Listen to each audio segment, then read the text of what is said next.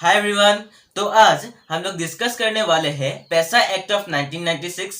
ये एक्ट क्यों लाया गया था, ये एक्ट के कुछ इंपॉर्टेंट ऑब्जेक्टिव्स के बारे में और इस एक्ट का फुल फॉर्म क्या है जो बहुत ही इंपॉर्टेंट है। तो आइए चलते हैं।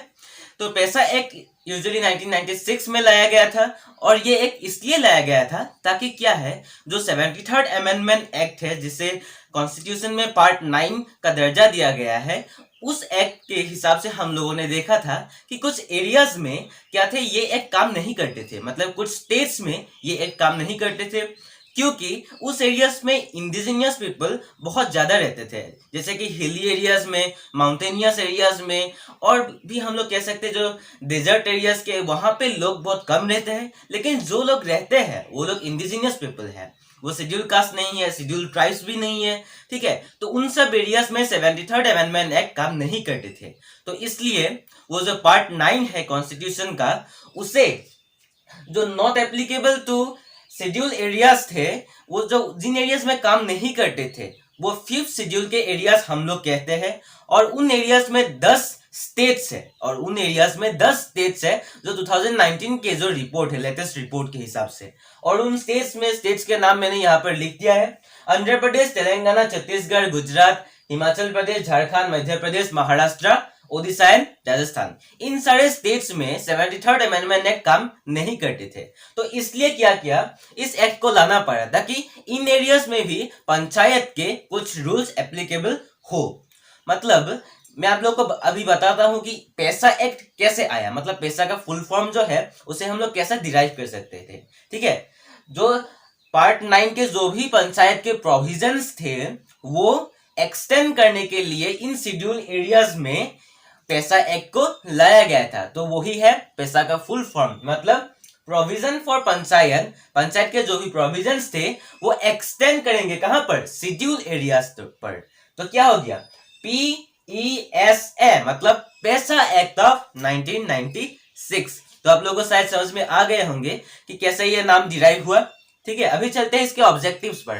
पहला ऑब्जेक्टिव तो बहुत ही सिंपल है, वो है कि जो पार्ट 9 है, मतलब जो हम लोगों ने पढ़ा था 73rd अमेंडमेंट एक्ट है, उसे मॉडिफाई करके शेड्यूल एरियाज में भी लागू करवाया जाए। इसके लिए ये मेन ऑब्जेक्टिव था, जो भी फर्स्ट ऑब्जेक्टिव था। ठीक है, तो आइए नेक्स्ट ऑब्जेक्टिव पर चलते हैं। ये है to provide self rule for the tribals. मतलब जो भी ट्राइबल पीपल्स है उनमें अपने आप में सेल्फ रूल करवाया जाए ताकि पार्टिसिपेशन बना रहे उन लोगों के बीच में। तो सेल्फ रूल मतलब अपने आप पर रूल करना।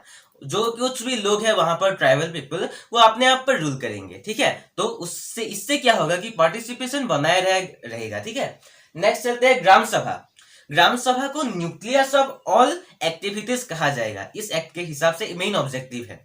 मतलब जैसे कि एक एटॉम में क्या है, न्यूक्लियस सेंटर है, ठीक उसी तरह इस ट्राइबल एरियाज में भी क्या रहेंगे, जो ग्राम सभा है वो सेंटर पर रहेंगे।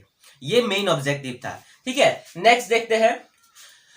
ये इन स्टेट्स में, इन एरियाज में जो कुछ भी एडमिनिस्ट्रेटिव काम चलेंगे, फ्रेमवर्क्स चलेंगे, वो ट्रेडिशनल हिसाब से ही चलेंगे। मतलब ट्रेडिशनल कस्टम्स को नुकसान किए बगैर ही क्या करेंगे, एडमिनिस्ट्रेटिव फ्रेमवर्क को करना पड़ेगा। क्योंकि इन ट्राइबल एरियाज में जो इंडिजिनियस पीपल है वो अपने कस्टम्स को लेकर, वो अपने बिलीव्स को लेकर बहुत ही सख्त है। तो इसलिए ट्रेडिशनल बिलीव्स को मानते हुए ही क्या करना पड़ेगा, एडमिनिस्ट्रेटिव फ्रेमवर्क को आगे बढ़ाना पड़ेगा।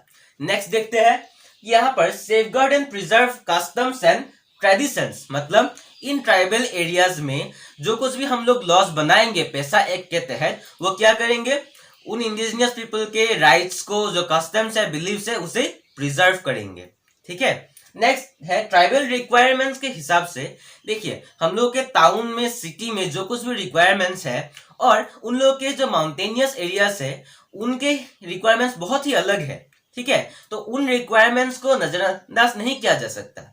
उन रिक्वायरमेंट्स को मद्देनजर रखते हुए ही क्या करना पड़ेगा, इस लेवल ऑफ पंचायत को पावर्स देना पड़ेगा। ठीक है, जो रिक्वायरमेंट्स हम लोगों से बहुत अलग है। ठीक है, नेक्स्ट चलते हैं कि वहां पर भी एक ही सेम कानून है कि हाई लेवल जो पंचायत है वो लोअर लेवल पंचायत से पावर छीन नहीं सकते। मतलब लोअर लेवल पंचायत के खुद के पावर्स रहेंगे और हाई लेवल पंचायत के भी खुद के पावर्स रहेंगे।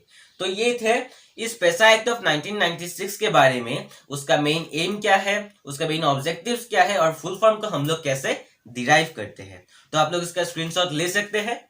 तब तक के लिए थैंक यू।